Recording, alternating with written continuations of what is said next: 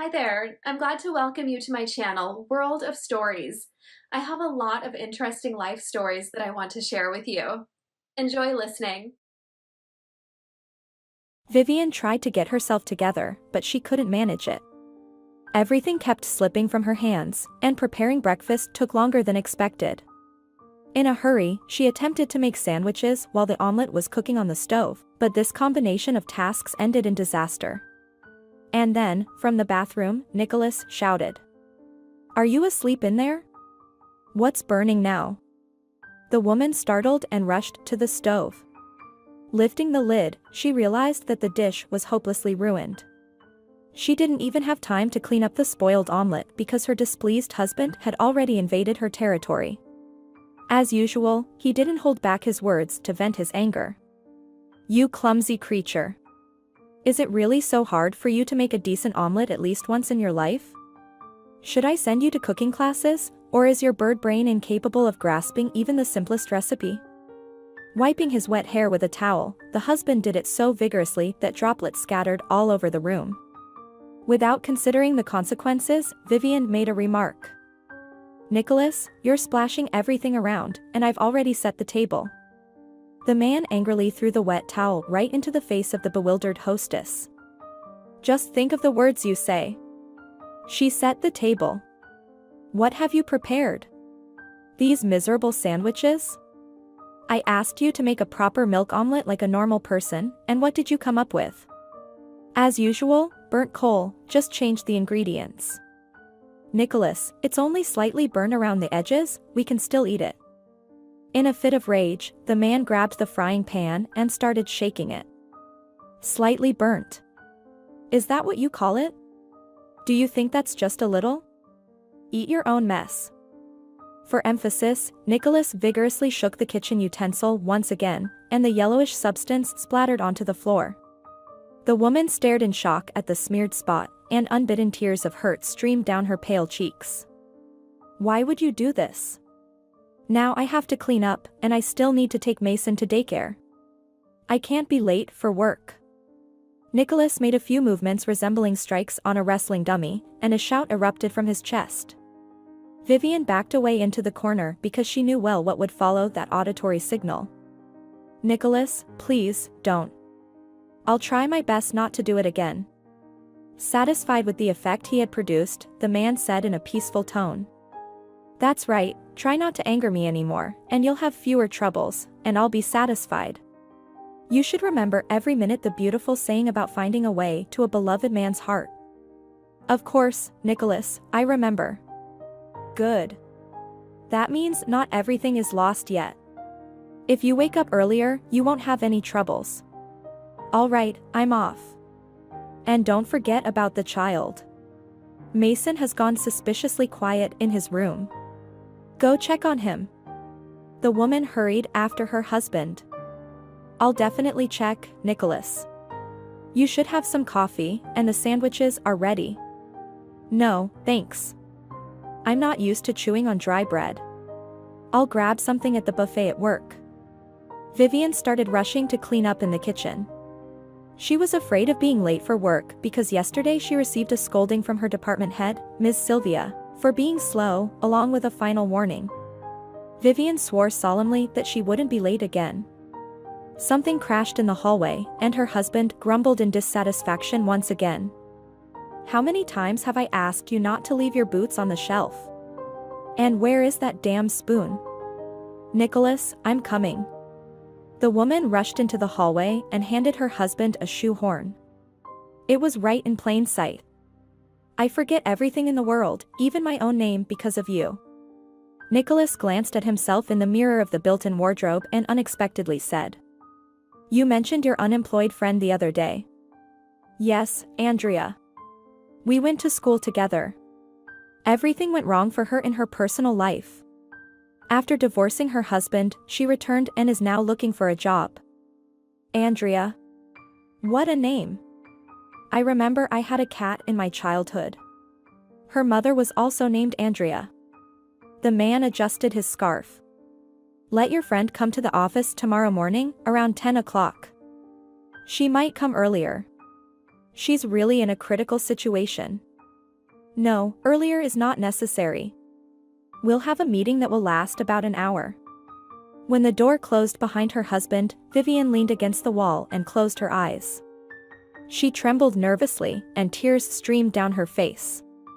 She didn't even attempt to wipe them away. Oh God, how long will this last? What sins have I committed to deserve this punishment? Nearby, the timid footsteps of their son could be heard. Mama, I'm already dressed. Despite his young age, Mason always tried to help his mother in everything, and his cute face was glowing with happiness. The little boy was proud that he had managed to accomplish a challenging task on his own. It didn't matter that his hat was on inside out and his sneakers were on the wrong feet. The woman laughed with relief. Let's go now, my good boy, but we need to fix a few mistakes. The clock showed 7:45. All right, let's go, or they won't let us in at the daycare. We can clean up the kitchen in the evening. Vivian was incredibly lucky because their neighbor from the second floor was fussing around his car. He eagerly offered his assistance. Taxi for the latecomers. Vivian, you're always in a hurry. I feel sorry for you.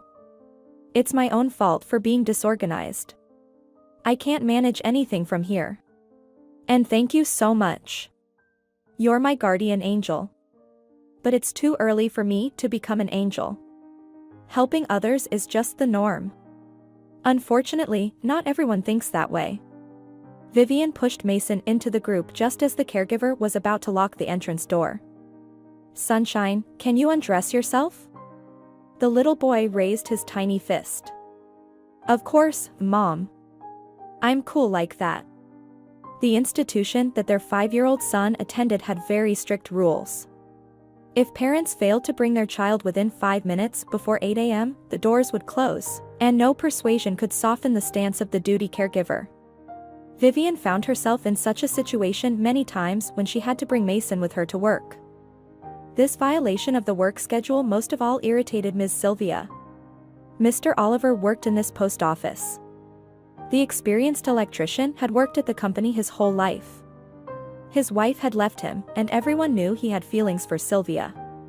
The boss suspected that Mr. Oliver's dedication to his work was not solely due to a sense of patriotism, but she stubbornly pretended to be indifferent. The topic of the relationship between the boss and the electrician had been relevant for the past 5 years, but there had been no progress. Therefore, the protracted office romance started to resemble an endless Mexican soap opera. Vivian was in charge of the logistics department and was required to report any violations to the management. However, initially, the young woman chose to side with the majority, which greatly annoyed Ms. Sylvia. The boss liked to repeat, "Watch it, push your luck with me, and I won't care about your position.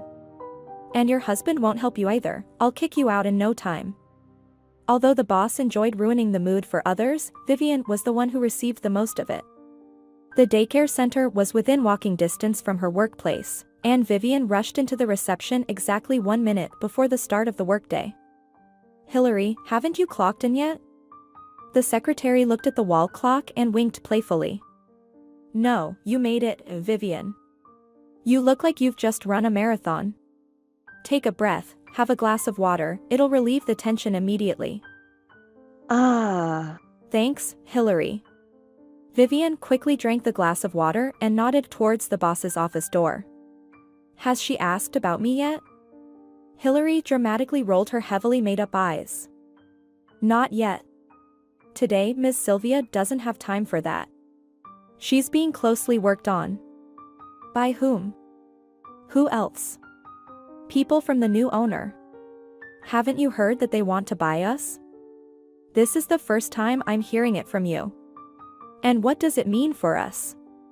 "Well, it all depends on personal likes and dislikes. In other words, you can't predict anything in advance. It all depends on how things fall. Personally, I have a very reliable hook, a key that I'm firmly holding onto." Vivian tried to process the information she heard. The secretary interpreted her confusion in her own way. Putting aside formality, the girl said in a friendly manner, "Vivian, you don't need to worry either.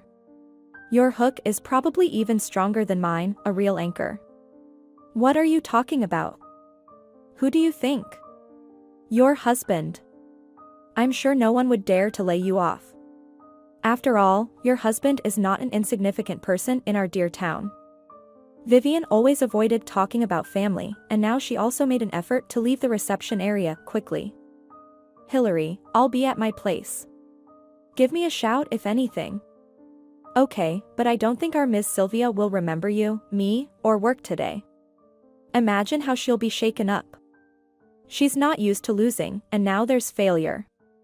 Hillary spoke loudly enough, confirming her strong support, but Vivian had no time to be distracted by thoughts about the charming secretary she had hooked. She had to prepare reports before lunch. Vivian quickly handled the paperwork and decided to call Andrea. We need to meet urgently. Vivian thought that her friend would be happy about the assistance in finding a job, but Andrea responded dissatisfiedly. Vivian, I didn't expect it to happen so quickly. My day is packed to the brim today. The woman got angry. Just 2 days ago, you begged me for help, and I immediately took action, and now you're telling me you don't have time. It's up to you. I won't lift a finger anymore. Vivian hung up the phone. What kind of people? You try to help them, and they spit in your face, as if I need that. But her righteous monologue of indignation was interrupted by a call from Andrea herself. In a sweet voice, she started apologizing. Vivian, sweetheart, are you upset? I'm so sorry, so sorry. I'm dropping everything and rushing to meet you. Vivian waited for a pause and said indifferently. Well, it's not really necessary for us to meet. Nicholas said you should be at their company's office by 10 o'clock tomorrow. Oh, that's great. I didn't even dream of this. And what position will they offer me? I have no idea. In my situation, I don't have choices. Thank you. Maybe we'll still meet? Let's do it another time. I promise, I'm swamped with work. Vivian seized the first excuse that came her way, as she couldn't lie. Andrea understood that and deliberately said with a drawn-out tone. Understood. Such dedication to work deserves respect. Not everyone is capable of working even during lunch break. Well done, Vivian. Keep it up. But I still hope for a face-to-face meeting. I really want to chat and reminisce about our youth. Caught in her lie, Vivian blushed and quickly bid farewell to her friend. What a killjoy. Although she had many pleasant memories associated with her friend, unpleasant moments also occurred in their friendship. Once, it even escalated into open hostility, but no one dared to cross the line. Vivian turned on the kettle and took out the sandwiches that her husband categorically refused, but at that very moment, when everything was ready for tea, Hillary appeared. Oh, I made it on time. Wrap up your stuff, let's go to the center. It's my sister's shift today, and she'll treat us to a feast. A small cafe in the city was popular. In the evening, it mainly attracted young people, while during the day, both executives and ordinary staff dined there. The menu was diverse, but the main advantage was the affordable prices. Before the girls could settle at an available table, the waiter appeared. What would you like to order? Hillary, with knowledge of the matter, said. It's up to you, but within budget limits. Understood. It didn't even take 2 minutes before the waiter returned. He carefully placed the plates on the table and wished. Enjoy your meal. Hillary immediately dove into the food, while Vivian had only eaten half of the first dish and didn't even touch the second. The secretary was surprised. Why are you hesitating? It's delicious. The woman felt embarrassed. I feel sick. Lately, the sight of any food makes me queasy. Maybe you are, expecting again? Vivian squirmed in her chair. She wasn't accustomed to discussing such delicate matters in a public place. Hillary, I beg you. What? Did I say something forbidden? I don't understand why we should be shy about something that's a part of life. Honestly, all this pretense annoys me. Each cover tries to climb higher, pushing away other fleas with its little paws along the way. Vivian was always amazed at the secretary's ability to switch from one topic to another. "Hillary, who do we have as the top cover?" The girl sighed and pushed the empty plates away. "I metaphorically painted a picture that is observed everywhere. Take our Miss Sylvia, for example. She reminds me of a lizard. I forgot the name of the breed that can instantly change its color. Our boss is also a master of mimicry, like many other employees. You know, I can see all of this from my secretary's position, and I have long realized that our people are more concerned about their personal comfort than production indicators."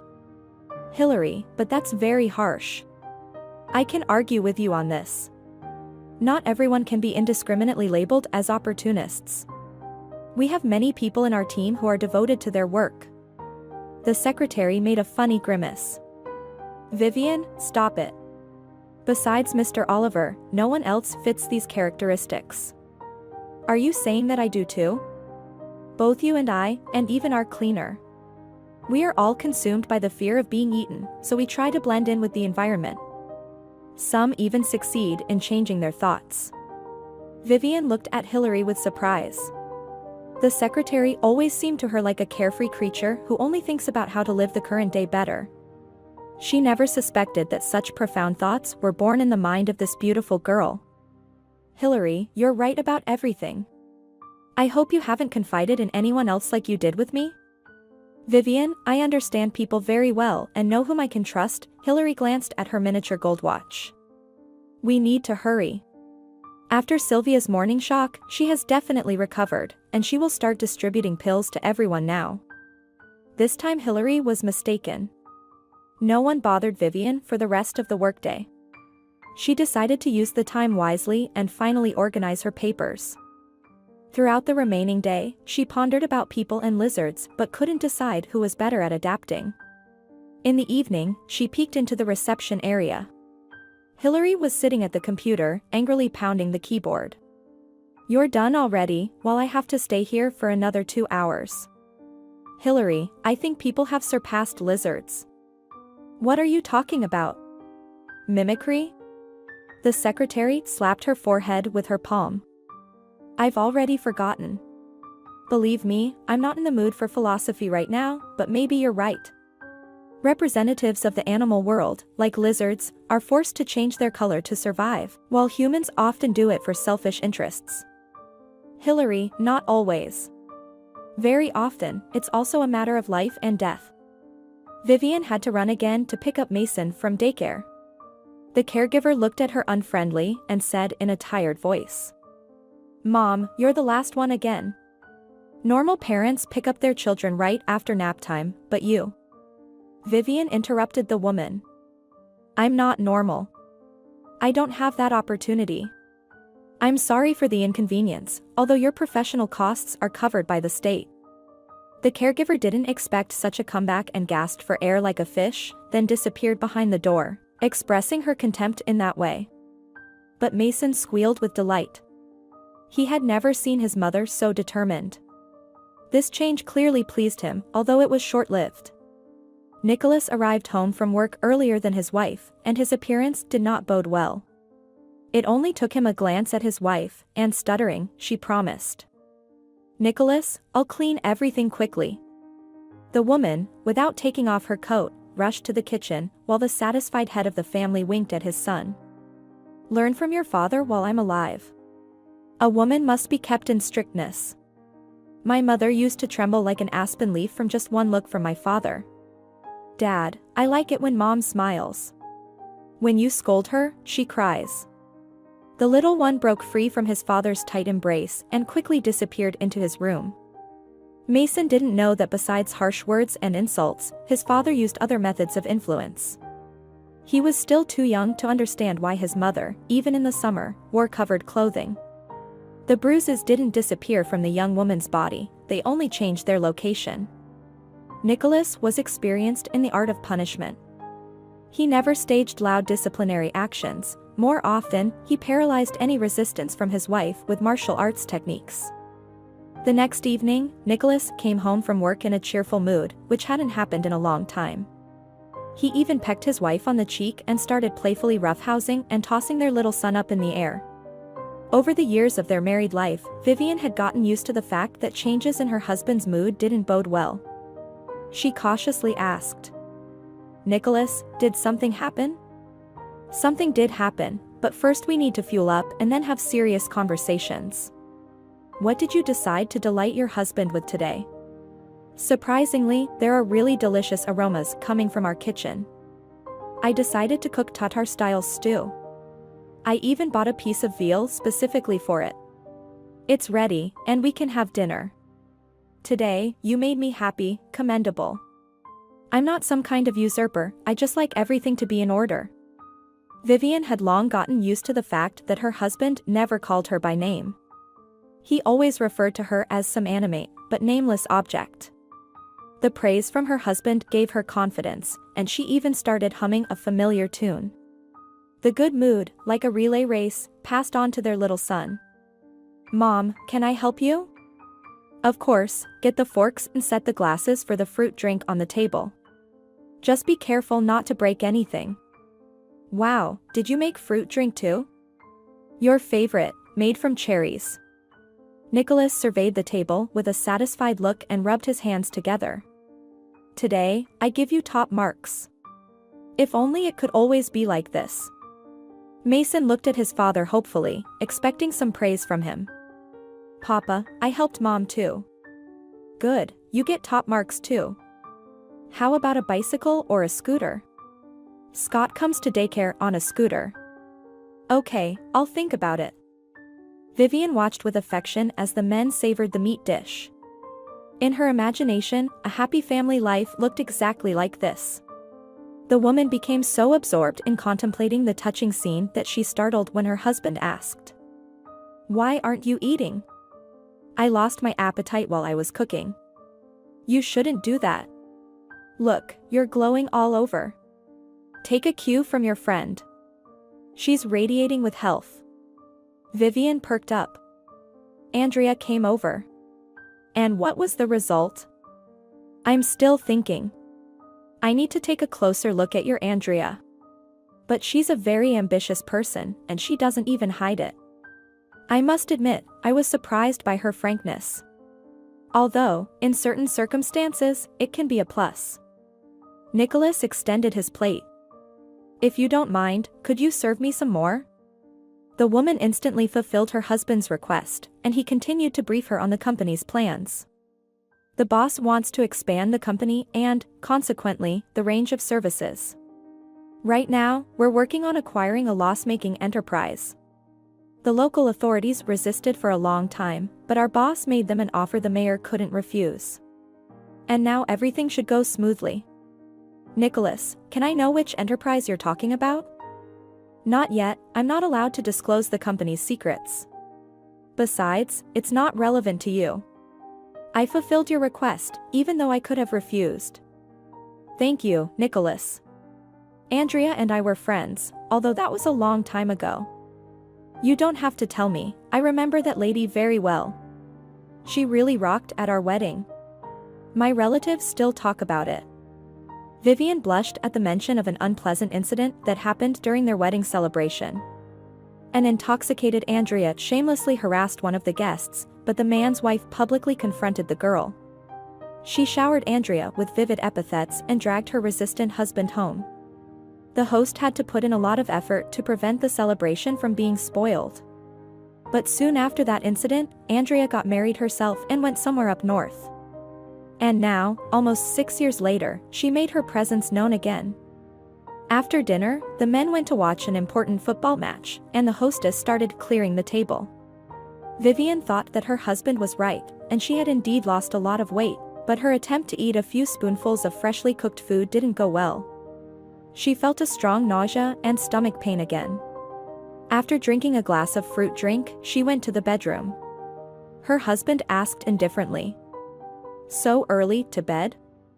"Nicholas, I'm not feeling well." "You women love to pretend. You have a headache one moment, then something else. You'll find 100 reasons." Vivian understood what her husband was hinting at, but she didn't even have the strength to justify herself.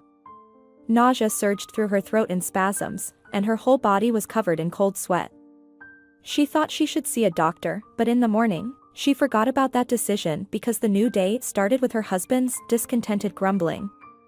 And once again, she was running late everywhere, but the biggest surprises awaited her at the end of the week. Before the weekend, their secretary, Hillary, unexpectedly entered their department. "You won't believe what's happening. You probably haven't heard yet." "No?" "Well, brace yourself. I don't have all the details yet, but it seems our Ms. Sylvia is being let go. They're also restructuring several departments." Hillary looked sympathetically at Vivian, who was trying to hold herself together. "Where did you get this information?" "Oh, come on. Who else but me would be the first to find out about changes? I can tell you in broad terms that we've been sold. Yes, sold lock, stock, and barrel. You know, like in the old days when the landowner sold the village along with its serfs. That's what happened to us too, put up for auction. Of course, those who are unhappy can go in all directions, but the question is, where? Jobs are scarce in our city, you know." The office door was slightly ajar, and Hillary cautiously looked out into the corridor a few times. "Vivian, don't tell anyone, and I mean anything. Got it? Don't worry. You know yourself, no one wants to be left out." Vivian laughed. "But just the other day, you were boasting that you have a hook or even an anchor. Forget about that. It looks like we're in for some major upheavals." And that prediction came true the next day. At exactly 8 a.m., Hillary called Vivian and, in an official tone, said, "Vivian, please come in urgently. We have an emergency meeting in the manager's office." All seats at the long table were occupied. The employees sat with their heads down, and instead of Ms. Sylvia, Andrea was sitting at the head of the table. It was so unexpected that Vivian couldn't move from her place. Her friend's voice brought her back to reality. "Friends, let's not waste any time. We have important production matters to discuss, but first, I want to warn everyone that from this day forward, we will prioritize discipline. And those who break the rules will have to leave us. I hope that's clear to everyone?" No one answered the question, but that didn't seem to bother Andrea. The new boss continued.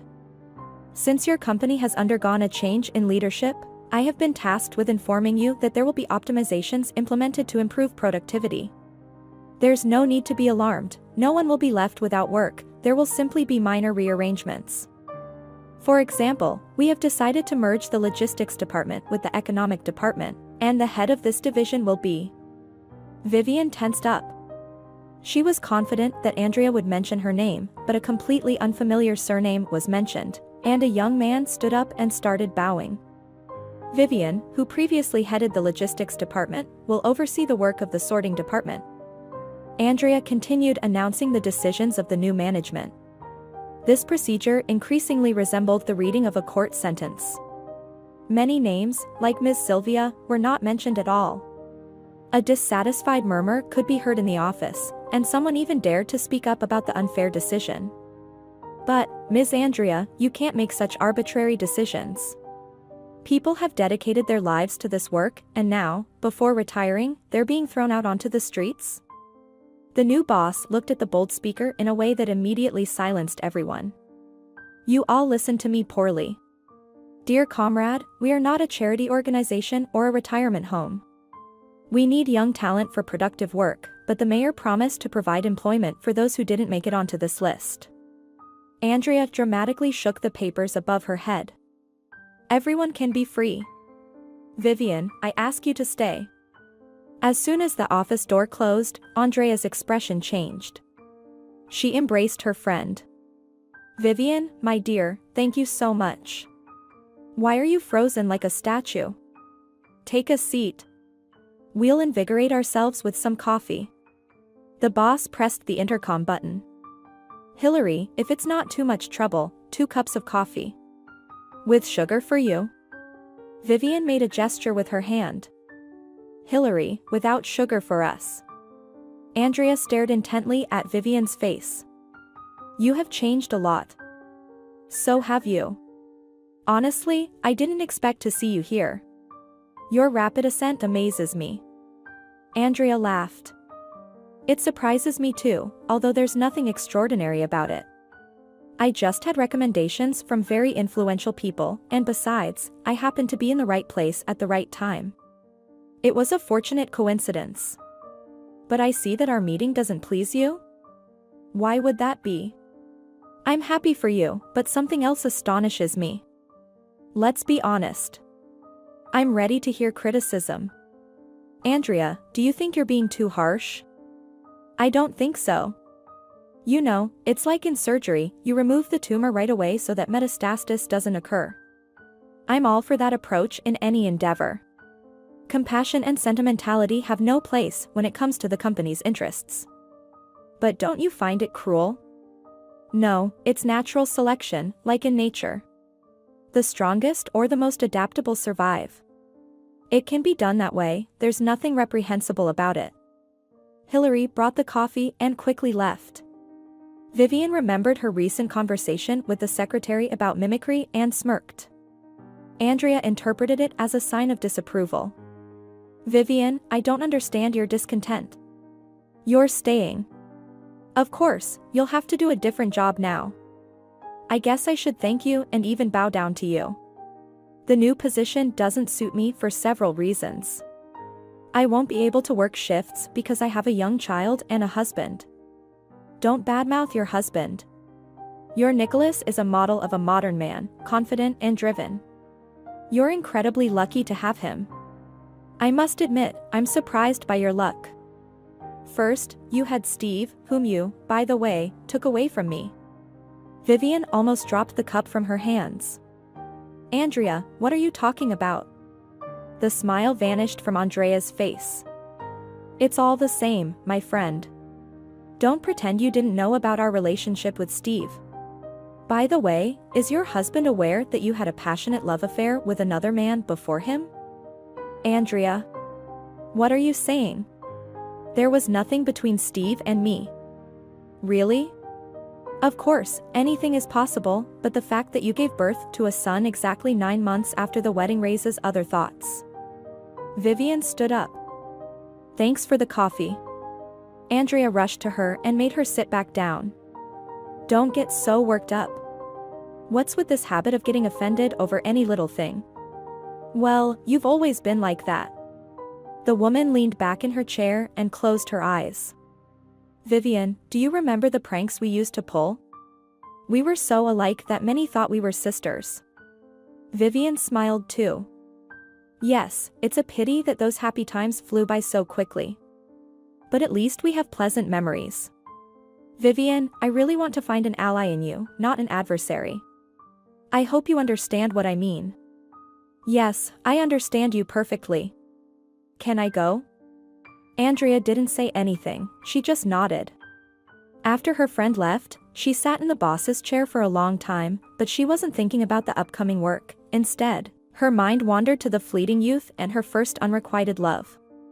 In school, Andrea managed to scrape by with average grades, but her poor academic performance didn't bother the spirited girl because she had many other talents. Andrea was an activist, she sang and danced well, and she enjoyed performing for the whole class at amateur art competitions. But her greatest skill was the art of impersonation.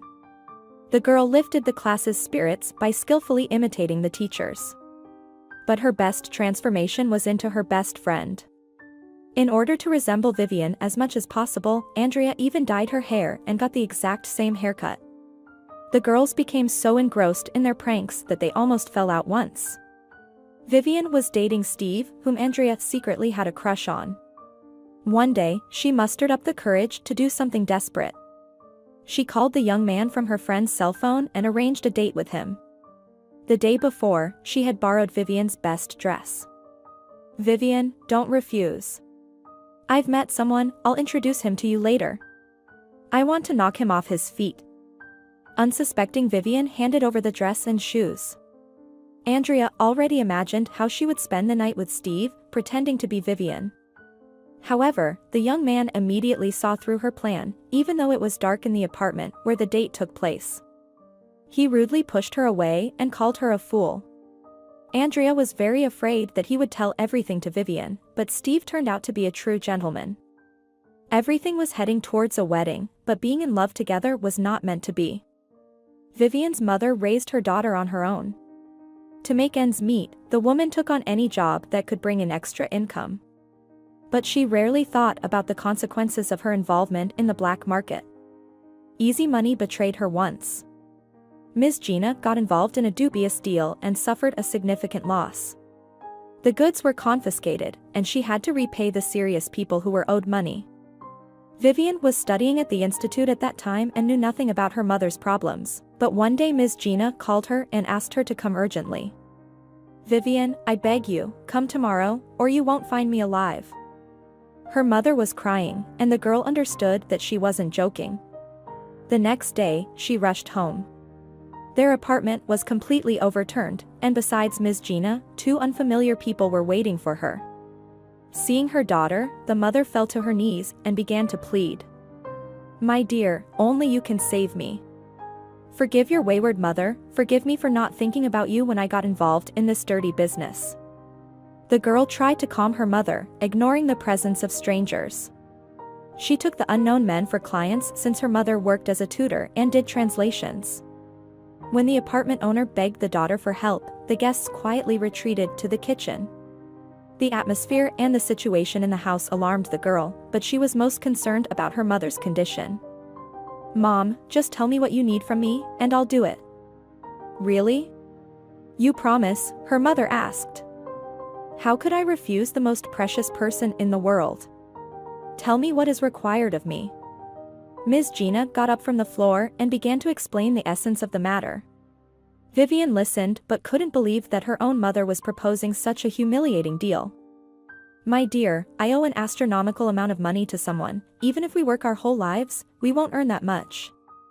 But, Mom, we can sell the apartment and move to the countryside, to the dacha. We can live there, and it's not far from the city." Ms. Gina smiled bitterly. "Even if we sell the apartment, the dacha, and all our belongings, the money we get won't be enough to cover the debt. And what's the solution if there is one?" The woman brightened up. "There is a solution, my daughter. It all depends on you.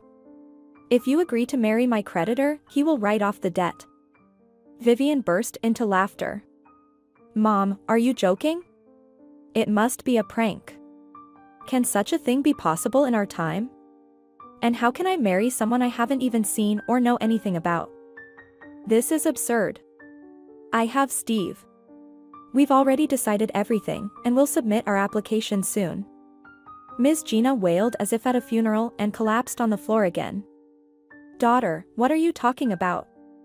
Who is this Steve? My life is in danger, and you only think about yourself? He will come soon."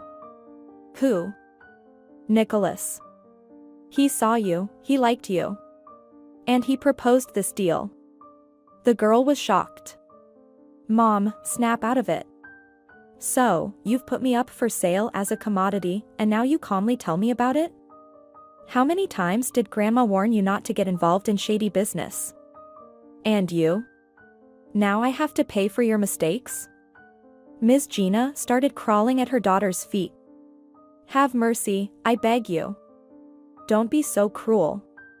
I carried you under my heart, I cherished you." And Ms. Gina began listing everything that is the highest value and good for any mother, but most women don't hold their children accountable for it because they consider motherhood a privilege, not an obligation. Vivian was horrified. She looked at the woman crawling at her feet and couldn't believe that this wild scene was happening in reality. In the midst of this humiliating act, a tall man in his mid-30s entered the room. He rushed to Vivian's mother. "Ms. Gina, please, stop." He embraced the weeping woman and began stroking her back, then turned to the girl. "Aren't you ashamed to bring your own mother to such a state?" The man pinned Vivian to the floor with a single glance. "Don't you have an ounce of compassion in your heart? Your mother raised you, gave you a good education. And is she asking you for something impossible?" The young girl didn't expect such audacity. She tried to justify herself. "But I can't. I have completely different plans." The man shouted. "Enough. What plans can you talk about when your mother is asking?"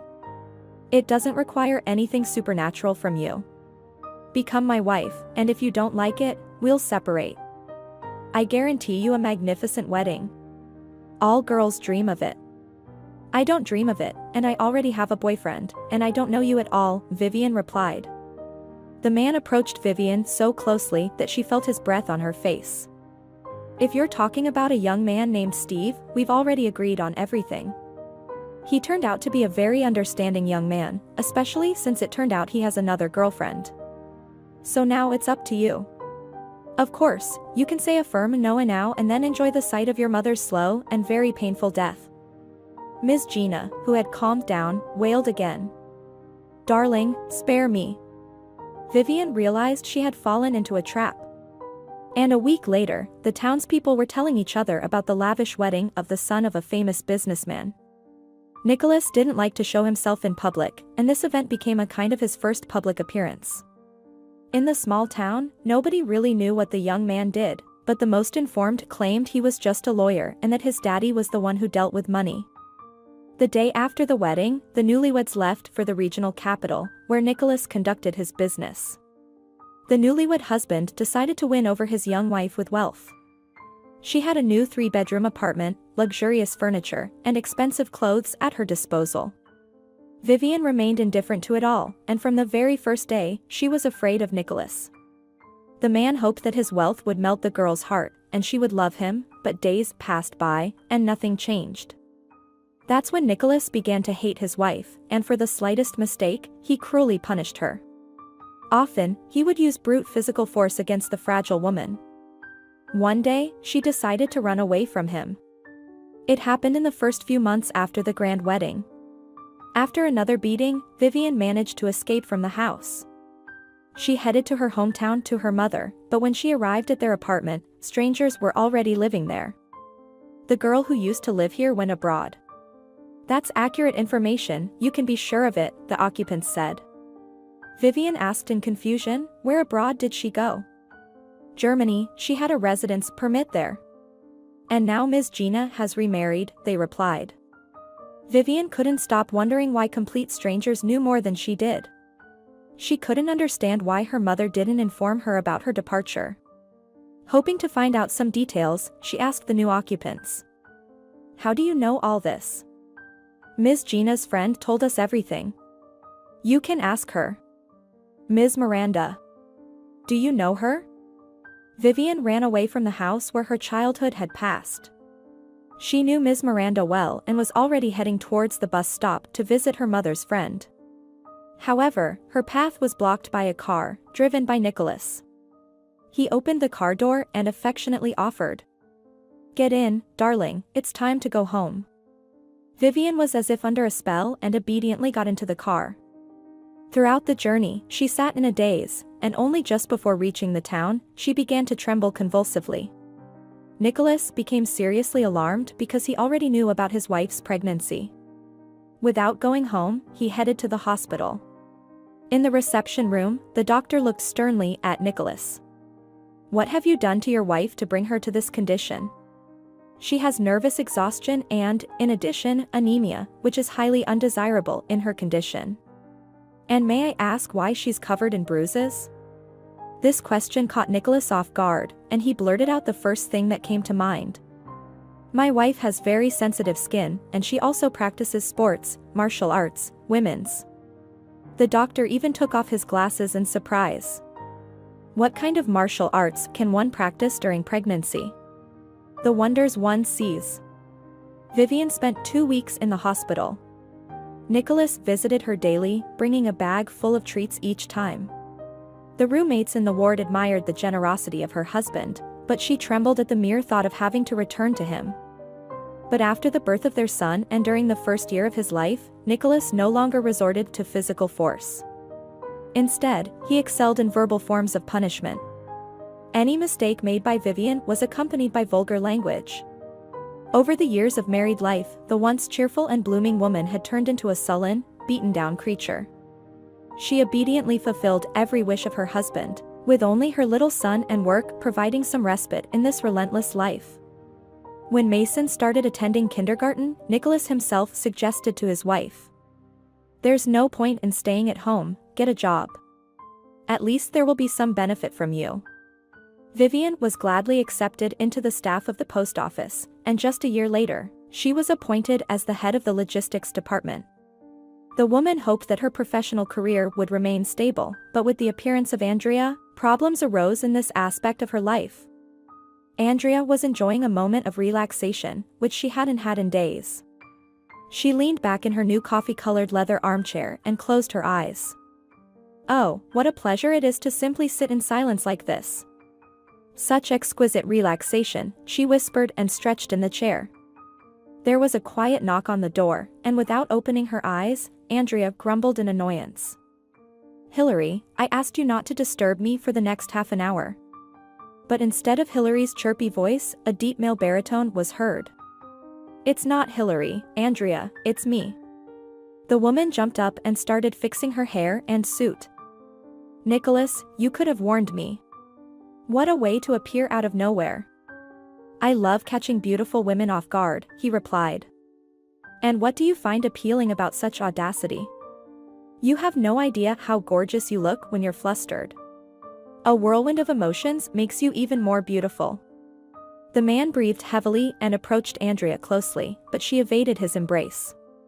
Nicholas, no, let's not mix work with personal relationships. I don't want gossip, even though I'm not afraid of judgment. Then what's stopping you? I don't believe you're an advocate for moral principles. And for a woman like you, there are no rules. Or am I wrong? Andrea smiled enigmatically. You're right, but there are things that even I must always remember. Share them with me. For example, I don't want to hurt your wife and my friend. The man angrily slammed his fist on the table. I can't stand these formalities. My wife doesn't have any impact on my life. She's an amoeba, a spineless creature incapable of anything serious. She has long turned into a shadow for me. And that's what annoys me the most. Andrea's soul rejoiced as she did not expect such a passionate reaction to her provocative remarks. However, she didn't show any sign of satisfaction with Nicholas's response. She decided to add more fuel to the raging fire of his anger. I ask you, please, don't speak about your wife in such terms in front of me. Don't forget that Vivian and I have been friends for many years. And, by the way, all the boys back in those days were crazy about her, nobody paid attention to me. Nicholas made another attempt to embrace the woman, and this time she didn't resist. Damn it, I refuse to believe that you didn't enjoy success with men. You're so appetizing that one would want to devour you. Nicholas, I'm not against that, but not right now. Andrea slipped out of her lover's embrace. I'm amazed at your dissatisfaction with married life, but you voluntarily married Vivian. No one forced you to take that step. Nicholas settled comfortably in Andrea's armchair. Yes, that's exactly how it was. The moment I saw that girl, I was immediately captivated by her beauty. In my imagination, Vivian was the epitome of femininity, and then an opportunity arose to win her over. Andrea became intrigued. Please, tell me more. You've piqued my curiosity. Perhaps I'll disappoint you because the story is quite ordinary. Such cases are very common in the world. My wife's mother got involved in a big way and owed a huge sum of money to some serious people. My father had the money, but he didn't want to give it away just like that. But at that time, my ancestor was dreaming of me, and I was avoiding the shackles of marriage, and all the lines converged. I went crazy for a girl whose mother was under the threat of serious consequences due to debts. My dear old dad, reluctantly, agreed to sponsor the whole affair for the sake of the end result, and to make my life sweet with my young wife, he bought us an apartment in a good neighborhood. That's the whole saga. As Andrea understood it, Vivian turned out to be ungrateful. More than that. Honestly, I didn't expect that behind her beautiful appearance lies complete incompetence. My wife is so clueless that I can't find a suitable comparison for her. I still don't understand you. It would be easier to divorce her and kick her out the door. It's true, but Mason is my most precious treasure. I adore him, and he simply idolizes his mother, and there's nothing I can do about it. Don't lose hope, things can still change. Anything is possible, but I have to go now. You've touched the most sensitive strings of my soul. Andrea leaned towards the man and whispered passionately. Come over tonight, I'll heal your wounds. That's all I've been dreaming about lately. Nicholas left, and Andrea started thinking about the information she had received. It turns out she didn't know much about her friend's life. The conversation with Nicholas changes everything. Unbeknownst to him, the man handed a weapon of revenge into the hands of a cunning woman. Andrea still couldn't rid herself of her youthful complexes. Even today, she painfully remembered her friend's successes and her own failures. If Vivian hadn't crossed her path back then, maybe she would be happy with Steve today. Most of all, Andrea couldn't forgive her friend for this significant loss. She pressed the selector button. Hillary, please ask Vivian to come to my office urgently. Over the past few months of the new manager's rule, many changes had taken place. Vivian, the head of the department, was demoted to a shift supervisor. Within a few minutes, she stood before Andrea, visibly tense.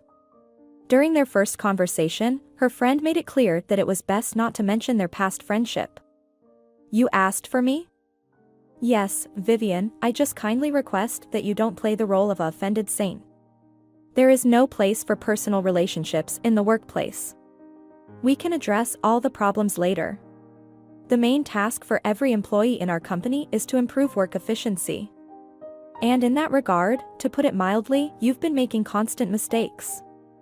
Explain to me, what's going on? Why are you so absent-minded? Such an onslaught on the intimidated woman had a devastating effect. She became even more lost, pavillioned, and started stuttering. I don't know myself what's happening. I feel terrible, Andrea, really terrible. Sometimes it feels like I'm going to die. I've become afraid of loud noises and rustling sounds, and I constantly feel dizzy. The manager interrupted the stream of complaints. Vivian, it seems you've made a mistake coming to this office. I'm not a doctor to deal with your health problems. If you're ill, seek treatment, but at work, you need to give your maximum effort. Consider this a warning, and if I hear or see any complaints about you, I'll have to take more drastic measures.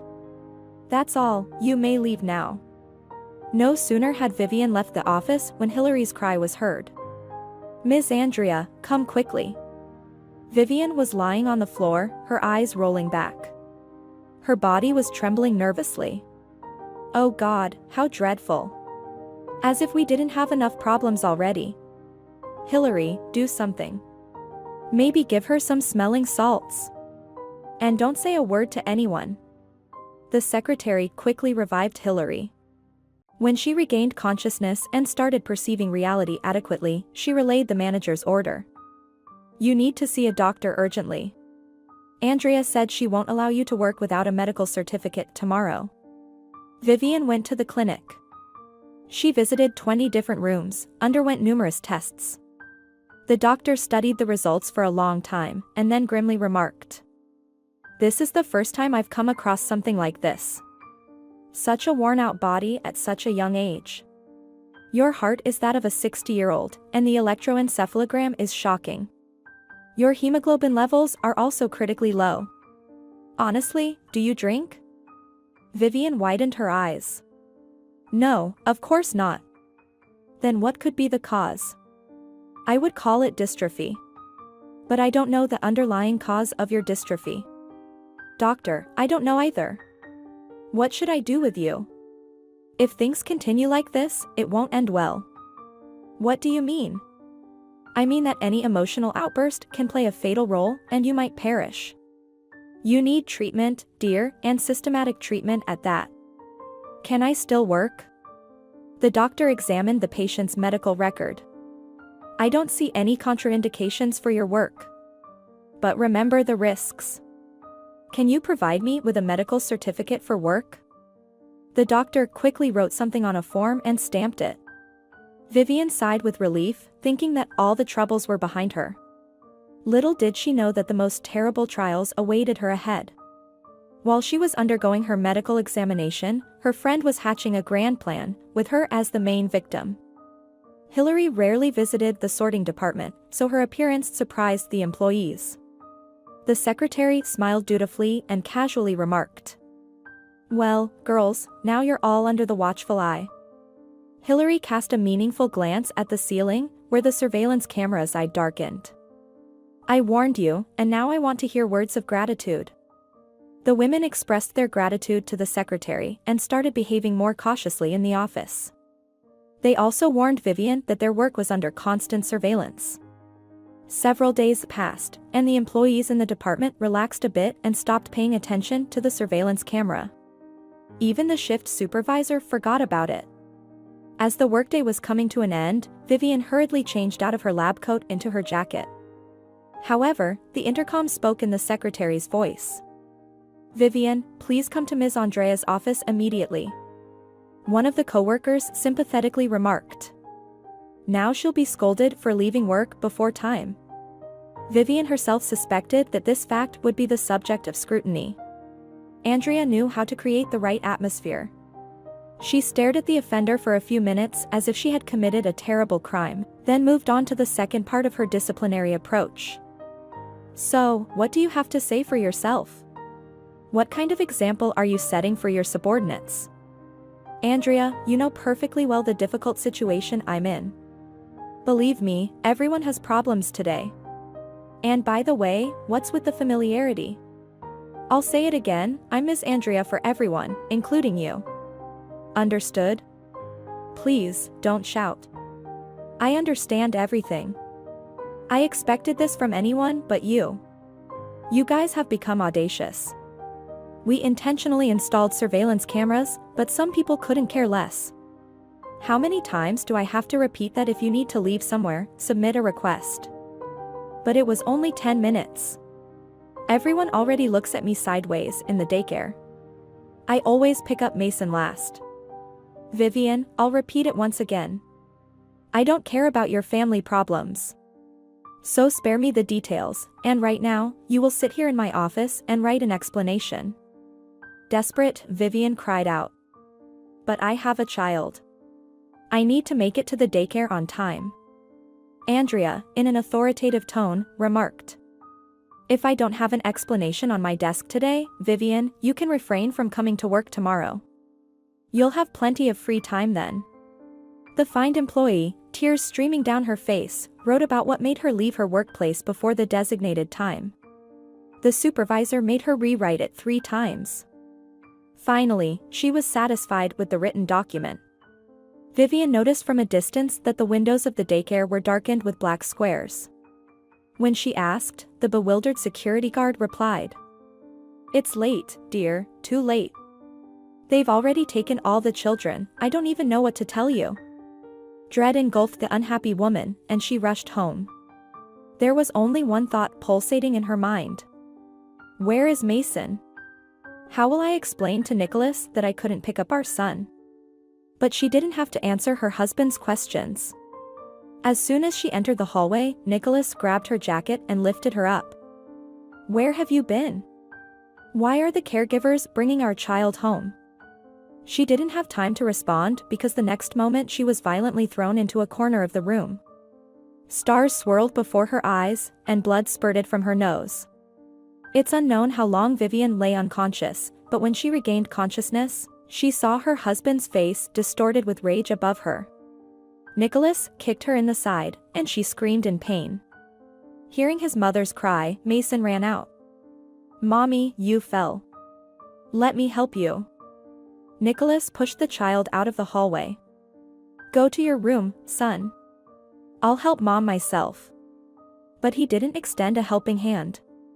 Fury had consumed him. He hissed quietly. "I'll ask you again, you scum, where were you? Why didn't you pick up our son from daycare? Or are you burdened with your precious work?" Vivian tried to get up, but she fell again. "Nicholas, I'm feeling very sick, please help me. I'll improve your condition right now. It'll instantly lift your spirits, and then you can go prepare dinner for me." Her husband began to strike her in the most sensitive areas, but Vivian no longer felt the pain because she had lost consciousness again. She woke up to a piercing silence in the apartment. It was dark, and she realized that night had fallen. She tried to stand up, but her whole body was consumed by excruciating pain. In the morning, Nicholas tried to wake up his wife, but as soon as he touched her, a quiet pleading cry escaped her. He threw off the blanket, and fear gripped him. The woman's face and hands were covered in purple bruises. He involuntarily blurted out, "I think I went too far. What do I do now?" Vivian looked at him but couldn't say anything. A voice came from the children's room. "Mommy, I'm ready. It's time to go, or we'll be late for daycare, and the teacher will scold you." Nicholas covered his wife with the blanket so that their son wouldn't see the bruises. "Mason, our mommy is a little sick. Today, I'll take you to your daycare." The boy jumped with joy. "In your car?" "Of course." "Awesome, you haven't driven me in a while." "Well, today we'll go for a ride." The man dropped off the child at daycare and handed him over to the satisfied caregiver. "You're early today, that's what fatherly responsibility means. Unlike your wife, who is constantly late. We'll try not to be late anymore." Nicholas noticed that the caregiver was about to ask him more questions and hurried to say, "Goodbye. Sorry, I'm in a hurry." He didn't go back home but hurried to Andrea. She greeted him with a smile, languidly stretching in her chair. The woman asked, "Nicholas, I was waiting for you all evening yesterday, but you didn't come. Did something happen?" The man paced nervously around the office. "Something happened, my dear. I think I've killed her. I didn't gauge my strength properly." "I don't understand. Whom did you kill?" Nicholas briefly recounted yesterday's incident, but he placed all the blame on his wife, although Andrea knew very well the reason for the woman's delay. She pretended to be surprised. Interesting. But where could she have been? At exactly 5 p.m., all the employees left the building. No one stayed behind.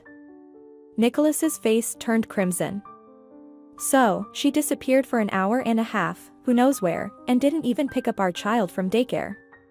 Nicholas, I'm not going to delve into your family squabbles, especially since Vivian is my friend. But go on. Andrea had already studied her lover's weak points well and skillfully manipulated them. She decided to push his patience to the limit and then strike with undeniable evidence. Nicholas, but all of this is still based on rumors, although... Andrea, don't test my patience. Nicholas's eyes burned with madness, and the woman was genuinely frightened, but it was too late to back down. People have been whispering for a while that our driver has been pursuing Vivian. I didn't believe it, but I saw it myself recently. In fact, everyone enjoyed this love scene. They brought it to me on a flash drive. I wanted to delete it right away, but... Nicholas roughly grabbed the woman again. Are you mocking me? I want to see the evidence. Andrea shrugged off his hand with irritation. Here, look. The surveillance camera footage was only about 30 seconds long, but what the man saw was enough to completely unhinge him. Nicholas, wait, that's not all. Is there something even more terrible than what I just saw? Yes, Nicholas. Are you 100% sure that Mason is your son? Vivian was seeing another guy before you, and they had more than just a platonic love affair. The man raced home, and in his mind, a signboard flashed, I'm a cuckold. He couldn't think rationally because anger and a thirst for revenge consumed his entire being. Vivian lay motionless on the couch. When she saw her husband, she timidly asked, Nicholas, I feel really sick. Please give me something to drink. I'll give you something to drink and cure you.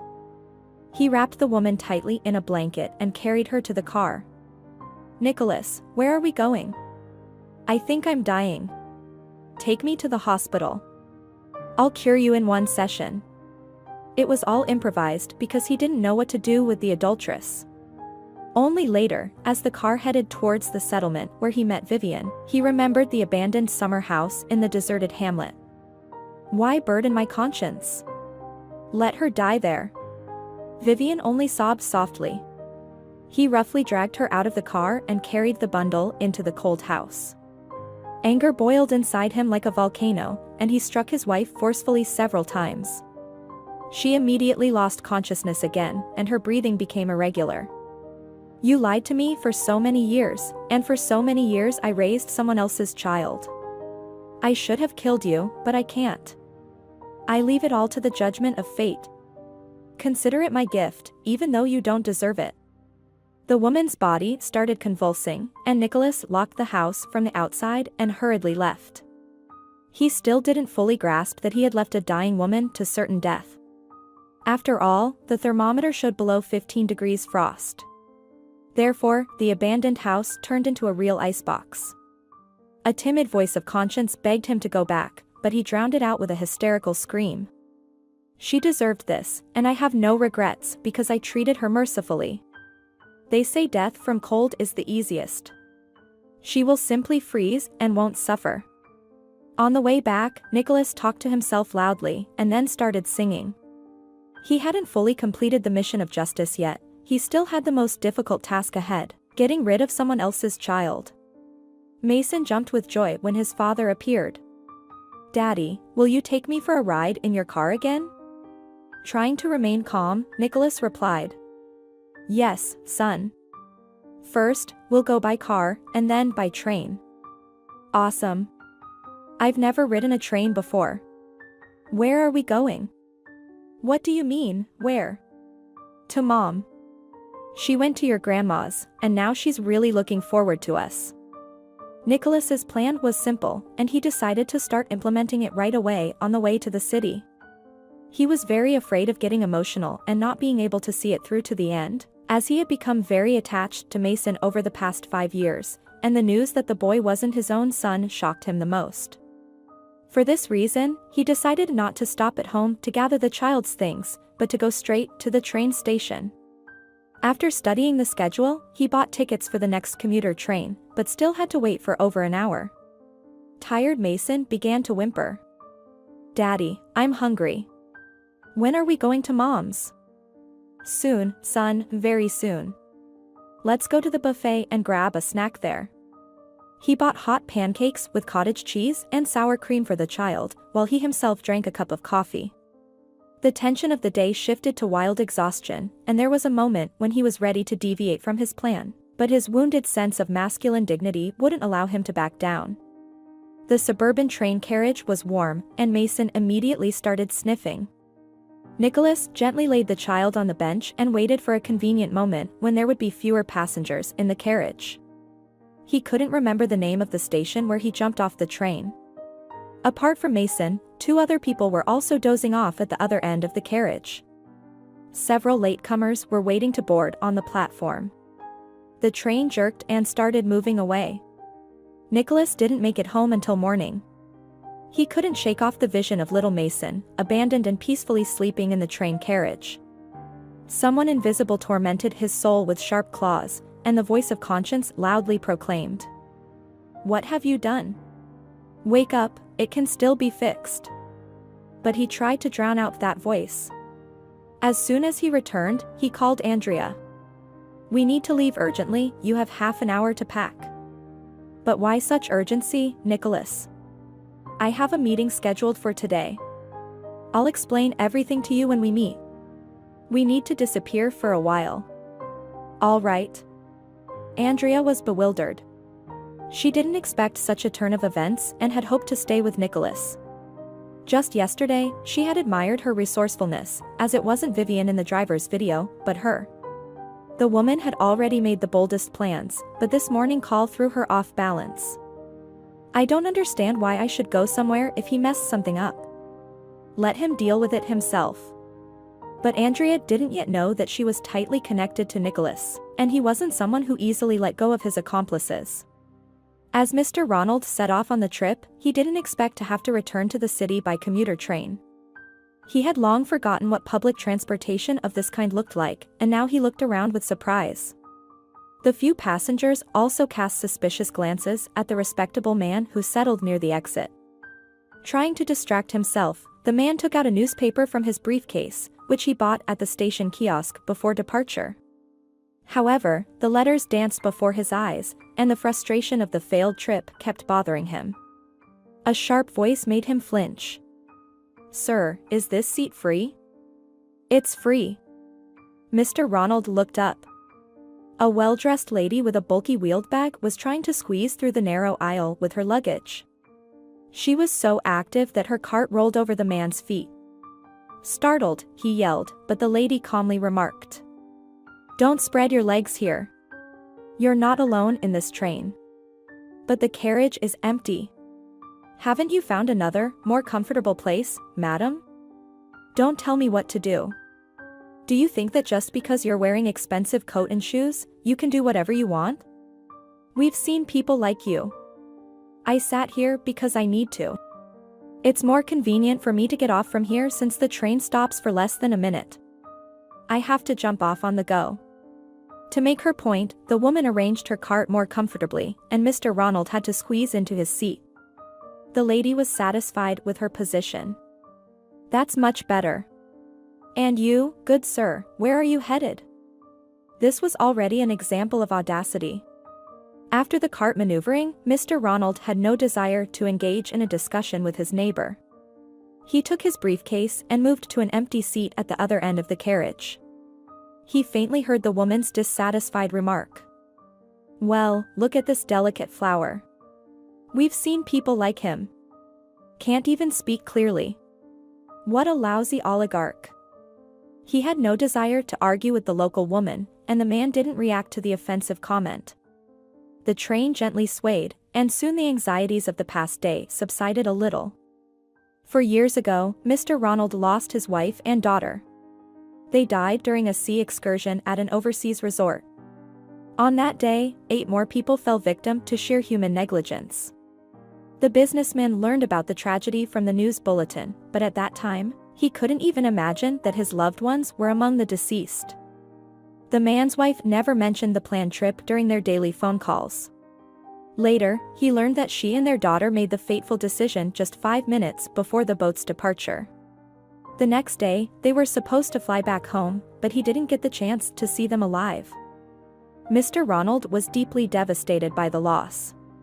He buried his girls, as he used to call his wife and 8-year-old daughter, in a cemetery near the dacha village. Soon after, he sold the dacha because living there, where everything reminded him of his family, was unbearable. The man moved to the city but regularly visited their graves. Yesterday, on the day of his loved one's tragic demise, he also went to the mournful place, but on the way back, his car suddenly stalled. Bill, his driver, spent almost the entire day trying to get the SUV working again, but all attempts failed. That's when Mr. Ronald made, in his opinion, the only right decision. "Bill, call an auto service here. I'll take the train." The young man was diligent and deeply concerned for his boss's safety.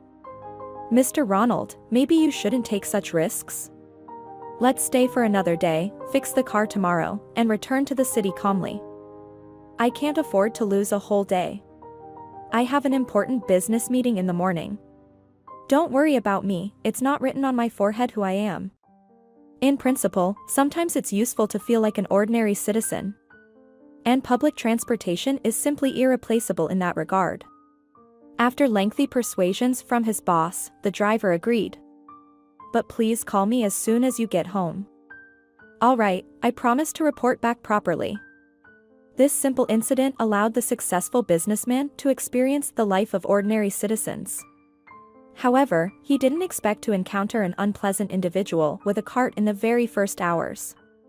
The man looked ahead, where the assertive lady was already satisfying her hunger, and that very cart had been transformed by its owner into a makeshift tablecloth.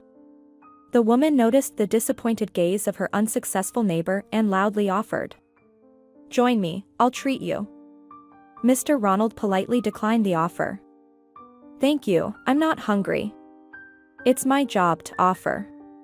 The woman completely switched her attention to the food, and the smell of fried meat and eggs filled the train car. These gastronomic aromas stirred his stomach, and Mr. Ronald regretted not bringing some snacks for the journey. The exhaustion spread throughout his body, and his eyes began to close. The man was already dozing off when someone in the back seat stirred, followed by sounds resembling sobbing. He struggled to sit up, to find out the reason behind the unfamiliar noises, and saw a sleepy little boy. The boy immediately asked, "Mister, where's my dad?" "I don't know." "Were you traveling with your dad?" he replied. Yeah. "We're going to my mom. She's waiting for us at my grandma's house in the village," the boy said. "Oh, I see. So where did your dad disappear to?" The boy shrugged and shivered. "I don't know. We were first driving in my dad's car, and then we got on the train." "Mister, I'm cold." Mr. Ronald moved closer to the boy and helped him put on his fur-lined jacket. "Is it better now?" he asked. Yeah. "My dad will come soon. He probably just stepped out for a moment. Let's hope everything is exactly as you say." "Hey, how long have you been on this train?" The boy shrugged his sharp shoulders again. "I don't know, I haven't learned all the numbers yet. My dad was in a hurry, and it was still light outside. Then I fell asleep." "Do you remember when your dad left?" he asked. "No." The boy looked at him with wide, frightened eyes. Mr. Ronald tried to calm the child. "Don't worry, we will definitely find your dad." "No, it's better to find Mom." "I wonder why." "Because Mom is kind, and Dad always hurts her." "I know, but I don't tell anyone." "What else do you know?" he asked. The boy comically spread his little hands. "It depends on what you want to know." "Well, at least tell me your name and your mom's name." "I'm Mason, I just turned 5. I go to daycare, in the older group." "All right, that's good enough." "And your mom?" "I don't know." "You mean you don't even know your mom's name? Doesn't your dad call her something?" "No, he always yells at her and calls her clumsy and clumsy-handed. He says other bad words too, but I'm not allowed to repeat them." Mr. Ronald looked at the boy, and the boy looked back at him, and neither of them knew what to do next. For over an hour, the man tried to extract some useful information from the child, but the boy only knew his street and house number. He couldn't answer in which city he lived. "What should we do, buddy?" he asked. Once again, the boy comically shrugged, imitating an adult. "I don't know." A voice came over the speaker.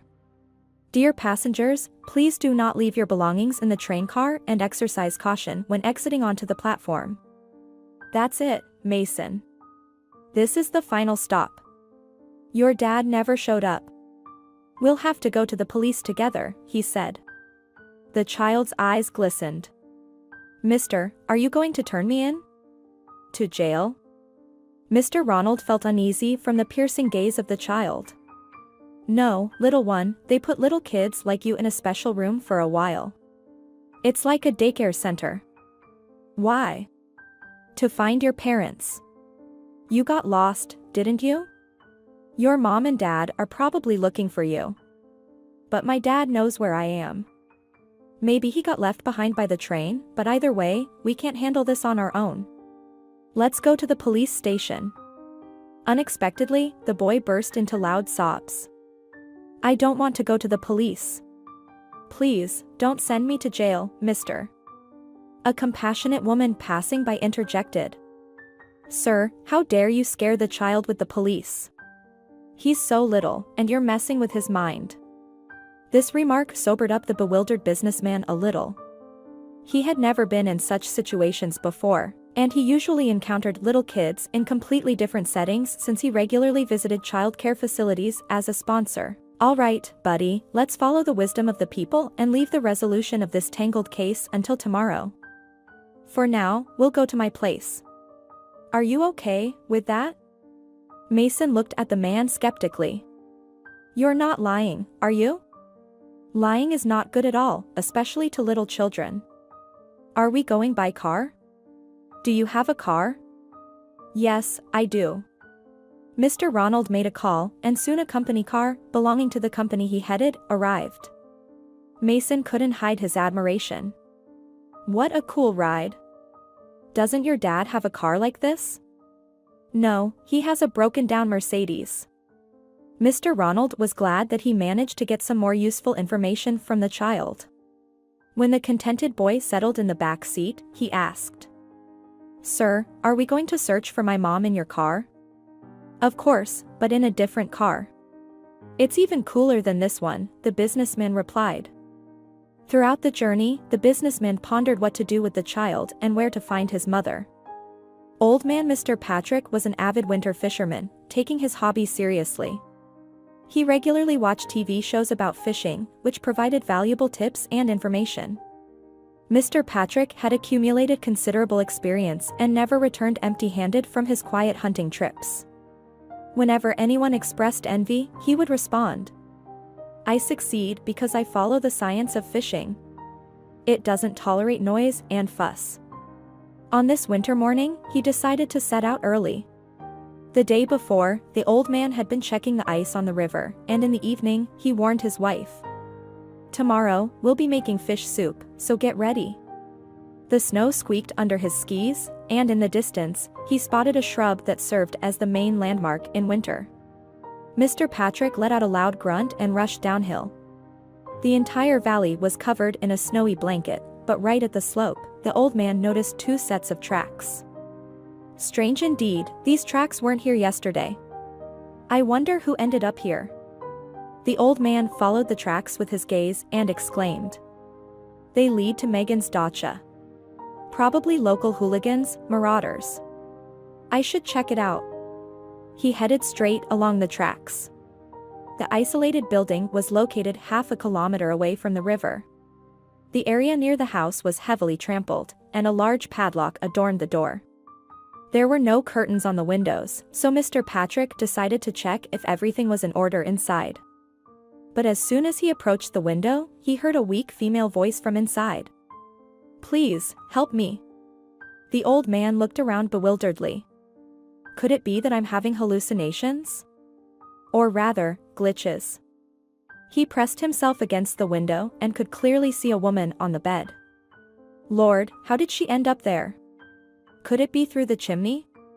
And she hasn't frozen in this unheated hut. Mr. Patrick tapped on the window. "Hold on, I'll help you right away." Old man, despite his age, had knowledge not only in fishing but also in carpentry. He carefully removed the window frame on the porch and entered the house. Mr. Patrick shuddered at the sight before him. "You don't even have a face. What kind of monster did this to you?" But the battered woman only sobbed and pleaded for help. "Hang on, my dear, I'll be right back. I'll be quick." Mr. Patrick rushed to the village. Within half an hour, a car with a paramedic on board was racing towards the isolated house on the homestead. Other helpers and curious onlookers made their way to the scene on their own. The medic took one look at the victim and immediately concluded, "Whoever did this to her so brutally and left her to die is a monster. Mr. Patrick, you can count another life saved to your credit. If it weren't for you, she would have surely met her end. Though even now, I'm not sure if she'll survive. Someone, please help carry her to the car."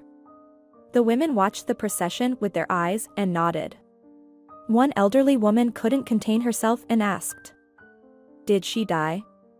"She didn't die, Grandma, why do you even care?" The car sped off to the district, and all the witnesses slowly dispersed, except for Mr. Patrick, who enthusiastically recounted his latest adventure. "As I was walking on the ski trail, one row after another, I noticed these unfamiliar tracks, so I decided to go check." "Indeed, Grandpa, you have an instinct for adventures." The old man spoke with an air of importance. "Up there, they see and know everything. They know who can be entrusted with important tasks. Others would have just walked past, but not me. I can sense when trouble is lurking nearby." The village buzzed about the incident for another week. Vivian did not regain consciousness in the hospital.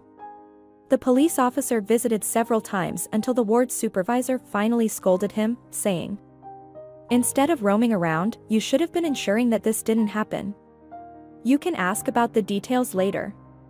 I assure you, even if she does wake up, which is highly doubtful, she won't be able to escape. I'll call you, and you must come." The police officer, a young lad, replied resentfully. You speak as if we don't help anyone. It's just difficult to help when people like her cover up for their partners. And it's nearly impossible to make them write a statement. And yes, I come here because the more time passes since the assault, the better chance this scumbag has of covering his tracks or just getting away. He knew perfectly well what he was subjecting this woman to when he left her in an unheated house in that condition. The head nurse waved her hand dismissively. I'm sorry, I don't know what came over me. Of course, I understand you. Go ahead, I will definitely call you if she wakes up. Vivian kept falling somewhere. The feeling wasn't very pleasant, rather frustrating. There she was, climbing through some dense fog, and then suddenly pain. She accidentally loosens her grip and falls down.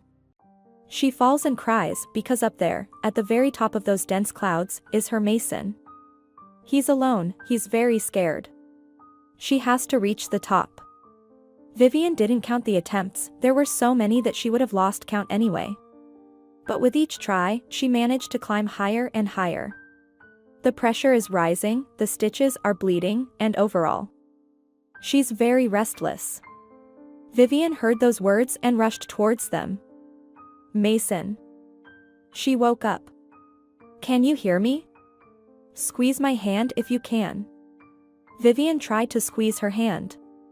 Very good, just wonderful. The voice started speaking incomprehensible words in a commanding tone, and Vivian felt a prick in her arm. Suddenly, everything became so light, and she fell asleep, not with that heavy sleep that was more like unconsciousness, but with a good, deep sleep. The next awakening was more conscious. Vivian opened her eyes. The dawn was just peeking through the window.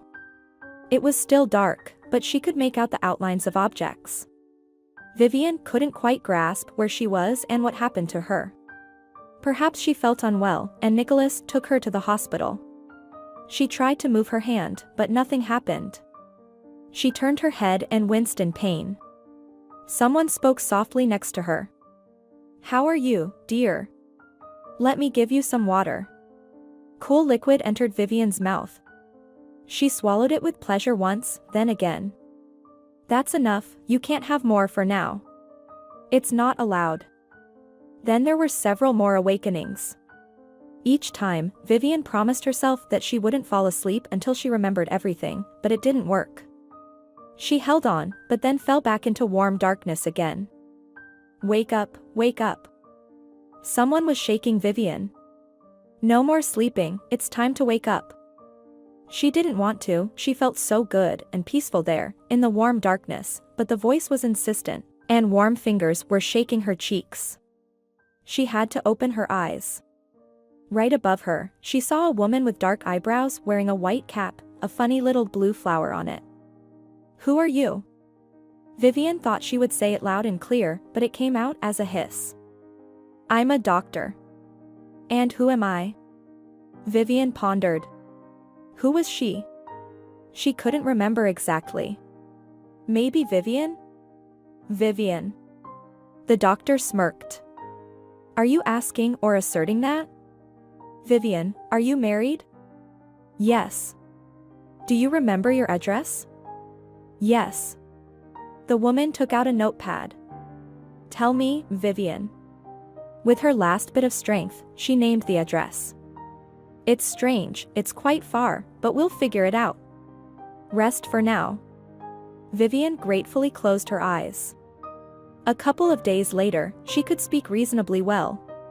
Her roommate in the ward turned out to be a cheerful woman who was always trying to feed her or cheer her up. Vivian, come on, have a little bit of aspic.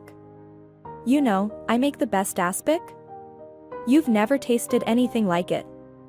It's made from scratch, meat, seasonings, even water from the spring. But just one spoonful.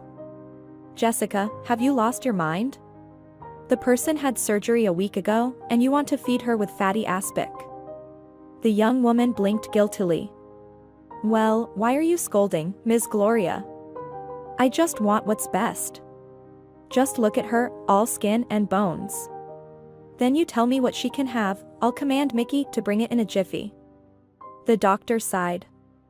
Jessica, don't you think that happiness doesn't come from food? It wouldn't hurt you to lose a few kilograms. It was a struggle to get to your appendix. Jessica burst into laughter. You, Ms. Gloria, seem to be smart, a knowledgeable person saving lives, but you don't understand that all diseases and problems come from poor nutrition. The doctor sat on the edge of Vivian's bed and smiled as she asked. And how is that? Well, you see, let's start with family relationships. We all know that a hungry person is an angry person. It doesn't matter if the wife is on a diet or can't cook. The husband is tormented by hunger. Someone is hungry, someone is angry. They bring their anger into the family. Discord, arguments, problems at work, and as a result, sometimes unsolvable problems within the family. Or take a simple cold. You, as a doctor, know that if the body is strong, it will overcome any illness on its own, and to have a strong body, you need to have a good reserve. What do you eat here in the city? It's all chemicals, so some kind of cottage cheese that you might recommend now is much more dangerous than pure homemade aspic. Ms. Gloria laughed. Ah. Jessica, I see you're quite the philosopher. But what about congenital diseases then? Jessica slapped her knees.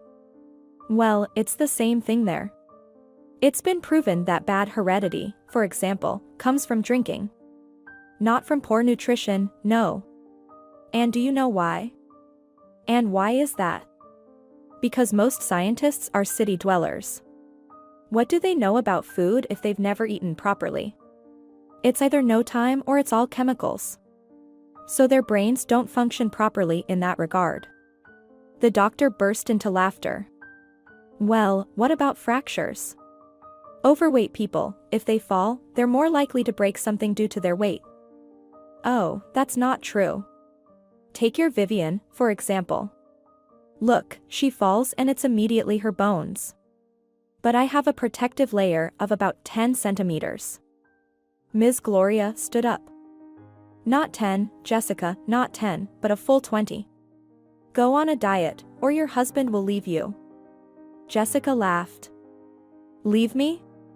Well, let him leave, as long as he takes our 3 children with him. Besides, I'm getting married soon. In the village, men don't abandon you for being skinny. Ms. Gloria just shook her head.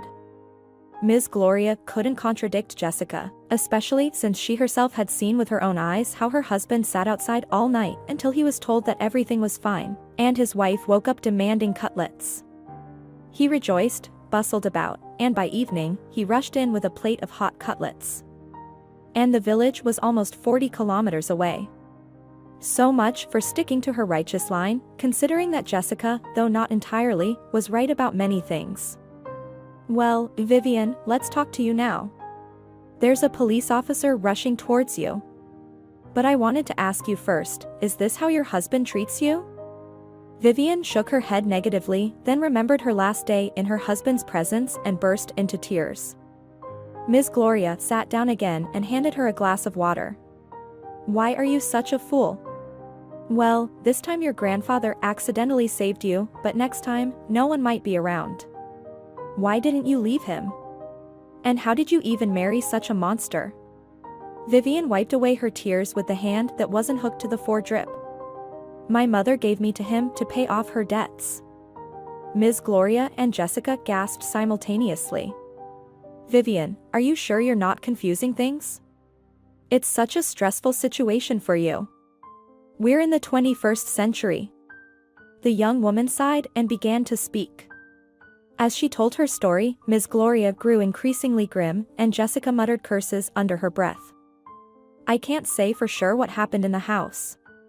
The last thing I remember is him throwing me into the car. And your son?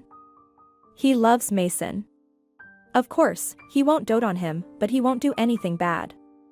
I'm sure of it. Well, how interesting. Like watching a horror movie. Excuse me, but I have to tell the police officer everything. Vivian looked at her with fear in her eyes. Maybe it's not necessary? He won't give Mason back to me. What if he starts venting his anger on Mason afterward? What are you even thinking? Vivian realized that the doctor was right, that something needed to change. Perhaps this was the chance when she could still do something to change her life. When Ms. Gloria left, Jessica sat down next to her on the bed. "You know, Vivian, don't be afraid. Men sense it when they're being feared. My husband, sometime after our wedding, about 6 months later, got drunk with his buddies in the garage. He got drunk and listened to how he should treat his wife, according to everyone else's opinion. He came home and started throwing punches at me. At first, I thought he was joking, but then I realized he was dead serious. It hurt me deeply because I love him and I know he loves me, but his mind was shaken. Well, I grabbed a sturdy frying pan and put his brain back in place, and he snapped out of it immediately. Although, he did spend 2 weeks in the hospital, but he came back as if we were on our honeymoon. I told him then, do it again, and you'll be leaving with your belongings. We've been living soul to soul for 10 years. Men and women envy us, and my husband cherishes me." Jessica looked at herself metaphorically, of course. "So, don't be afraid." Vivian started to get up slowly. She had tried calling her husband many times, but his phone was always turned off. She was worried, but she understood that nothing should happen to Mason while he was with his father. Another week passed, and a different police officer entered the ward. He seemed to avoid eye contact for some reason. Vivian became worried, and even Jessica, who was packing her things to leave, looked at him strangely. "Well, Vivian, nobody lives at the address you provided. The neighbors haven't seen your husband since that day. Also, I don't know how to tell you this, but as soon as your husband's name was mentioned, I was ordered to close the case and not mention him again. I'm sorry." He stood up and left. Vivian quietly burst into tears. Oh God, where did he go? How will I find my Mason now? Jessica stood in front of her. Why are you crying? Why are you crying already when you haven't even tried to find him? You're already drowning in tears. Honestly, I want to shake you up. You yourself said he wouldn't harm the child. So, get better first, and then start your search. What good are you if you step outside and faint right away? Mr. Ronald sat across from Mason, smiling. He already knew so much about the kindergarten, the strict caregiver, Mason's friends, and toys, but he didn't reveal any information that could help find the boy. Either he genuinely didn't know, or for some reason, he didn't want to speak up, or perhaps he didn't understand what exactly Mr. Ronald wanted from him. What should I do with you, Mason? Mr. Ronald asked. The boy, who was eagerly devouring his scrambled eggs, stopped chewing. You won't hand me over to the police, will you? Well, if you don't want me to, then I won't. Ronald. He turned to the housekeeper. Can I? Yes, by all means, Ms. Caroline. Maybe you'll succeed. The woman sat down in front of Mason. It had been 3 weeks since Mason had been with them. Ronald understood perfectly well that it was wrong, that he should go to the police, as they might be able to find out something faster. But something held him back, namely the several strange stories about Mason's father. Perhaps the child was exaggerating, but there was a sense that Mason's father was literally destroying his wife with beatings. Well, the police would find him, return the child, and everything would start over. This boy had truly touched Ronald's soul. He didn't just want to help, he wanted to genuinely help, not brush off the problem, but try to solve it. Ms. Caroline gently stroked Mason's head. Tell me, Mason, did you go for walks in the city with your mom and dad? Not with Dad. He was always too busy, but sometimes with Mom. Dad would get mad if Mom wasn't in the kitchen. Where did you go? We went to the park. There are swans there. Mom would look at them and cry, but I didn't understand why. They are so beautiful. Was there anything else in the park? Mason pondered for a moment. Yes, a monument. Ms. Caroline sighed. Almost every city has monuments in parks. And there was a cafe. We ate ice cream there. The cafe wasn't a house, it was shaped like a little boat. It rocked on the water, and it scared me. Miss Caroline looked at Mr. Ronald, who was already searching the internet. After a few minutes, Mason handed him a photo on his phone. Is this it? Yes, that's where we were sitting with Mom. Mr. Ronald whistled. Wow, over 100 kilometers away, but it seems like it was all done on purpose. Now we need to figure out why. Are we going to go look for Mom soon? Yes, we're going. But first, I need to find out something. Mr. Ronald quickly left and immediately called the driver. Come over, we need to talk. As they were driving, they started talking about private investigation. Mr. Ronald didn't believe that such agencies were capable of anything. But his driver insisted that they were capable of things the police couldn't even dream of. Bill stood at the doorstep after half an hour. Mason ran to him like an old friend. Hey. Bill extended his hand. Hey. They high-fived each other. Sorry, bro, I'll talk to you later. Mason sighed. Okay.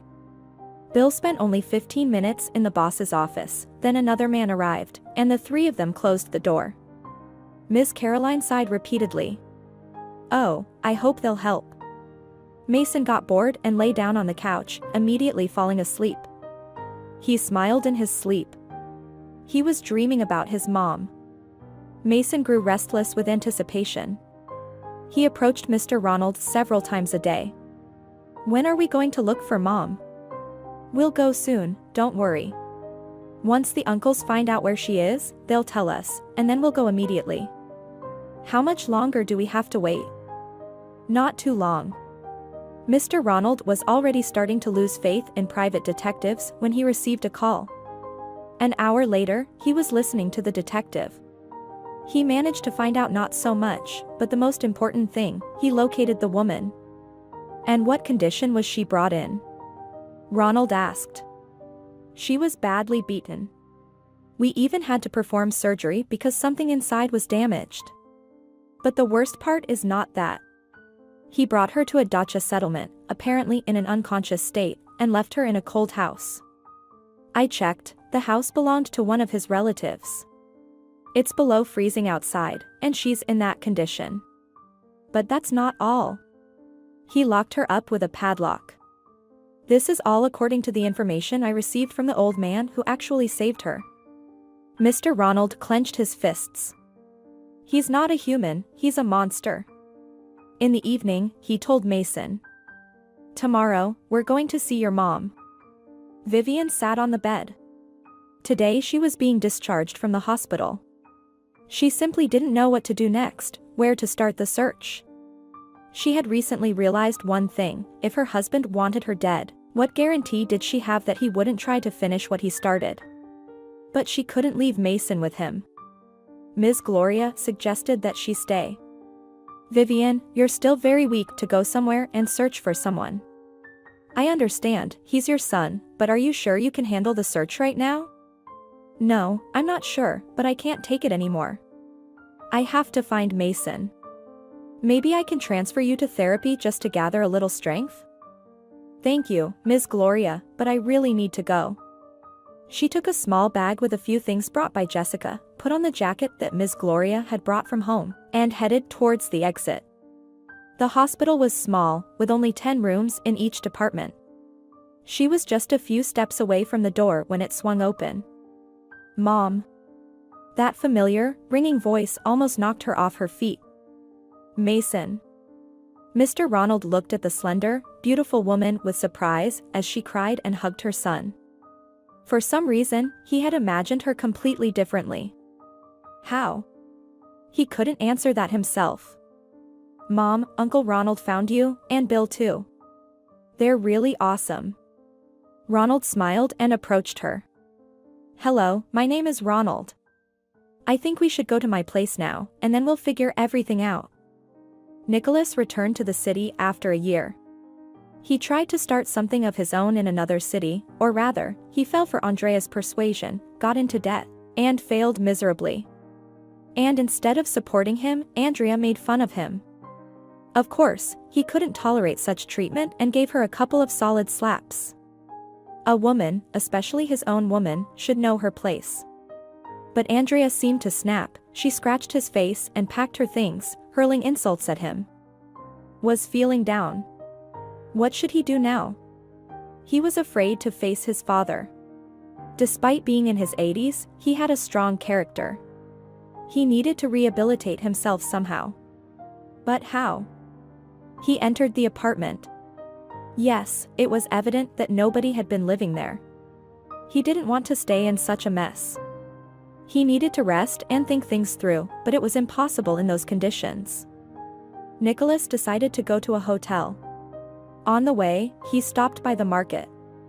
He wanted to buy something delicious, and as he walked between the stalls, he saw an old woman selling goat's milk. It hit him like a lightning bolt. He remembered her. Even back when they used to visit that same house, this old lady used to tend to goats. She seemed to be the same even now. Nicholas couldn't recall her name, but he decided to approach her. Hello? You're from here, right? From here, young man. And are you a local? I don't recognize you. No, I'm not. I've visited a couple of times for vacation, and I remembered you with the goats. Oh, then yes, I tend to my goats everywhere. You have a nice village, peaceful, no incidents. The old lady took the bait. No incidents? You're mistaken. We have things happening here that are too terrifying to talk about. Oh, come on. What's happening? I was thinking of coming back here in the summer. Almost a year ago, they found a dead woman in a locked house from the outside. Nobody knows how she ended up there. Did she get there by herself or did someone help her? Nicholas felt a sense of triumph. Well, there's one less problem now. No person, no problems. And what, no one ever found out anything? No, who would find out?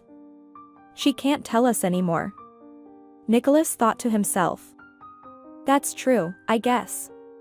I should visit, put flowers on her grave. Tell her how her son, the wanderer, is doing if he's still alive, of course. Nicholas forgot about the hotel and the need for rest. He even forgot about the flowers.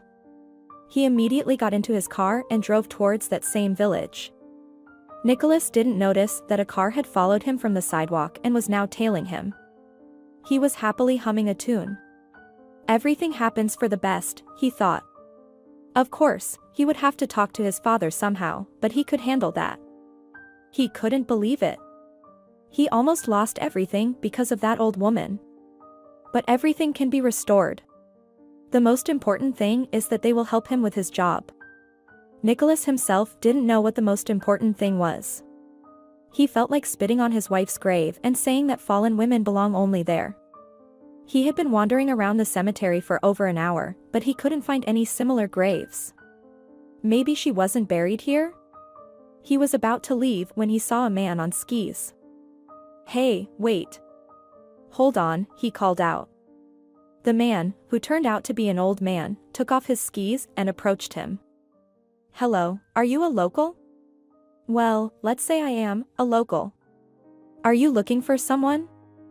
Yes, I'm looking for a relative. They say that a year ago they found her in an abandoned house on a farm, and they buried her here. Well, I don't know anything about the burial. What? The old lady with the goats told me everything. Martha, is it? Don't listen to her anymore.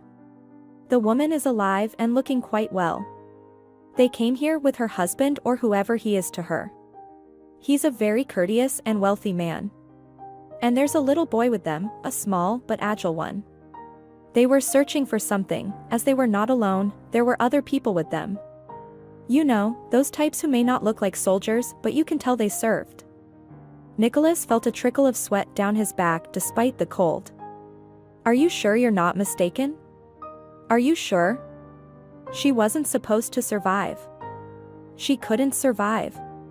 His voice faltered, and the old man took a step back. Well, what does this mean? You're the one who did this? Nicholas realized he had said too much. Once again, he underestimated the knowledge of this village. But who would believe him? Mr. Patrick. You got that right. The old man turned around and let out a relieved sigh. Mr. Ronald, you came just in time. I thought I was done for. Nicholas took a step back. Standing next to the man in the expensive coat was Vivian. It was almost impossible to recognize her. She had gained weight, become more beautiful, and even looked younger. It was as if she had grown taller. His wife stared at him with such hatred that he felt scared. They approached, and Vivian spoke. You know, Nicholas, if it were only about me, I might have forgiven you. Or rather, I wouldn't have stooped to your level, but you. How could you? How could you do this to our son? He's your own flesh and blood. Nicholas squinted his eyes. My son? Andrea told me everything about him being that Steve's child. Andrea? So that's it. It turns out your mistress decided to ruin me. Andrea lied to you. Mason is your son, and I'm glad he'll never see you again. Why? How is he my son? Only now did Nicholas suddenly realize what he had done. His own son. Did he harm his own son with his own hands? Vivian turned around and headed for the exit. Today, when Ronald received a call saying that Nicholas was in town and heading towards those dachas, she didn't hesitate for a second. Can I go with you? I really want to look him in the eyes. Ronald embraced her. I don't think you'll see anything there, any sign of remorse. But if you want, if you need it, let's go. She remained silent throughout the journey. Her thoughts kept returning to the place where she felt pain and fear. The mere thought of being near Nicholas frightened her now. Ronald seemed to understand her state. He took her hand and kissed it. Don't be afraid of anything when I'm around, understood? She gratefully smiled at him.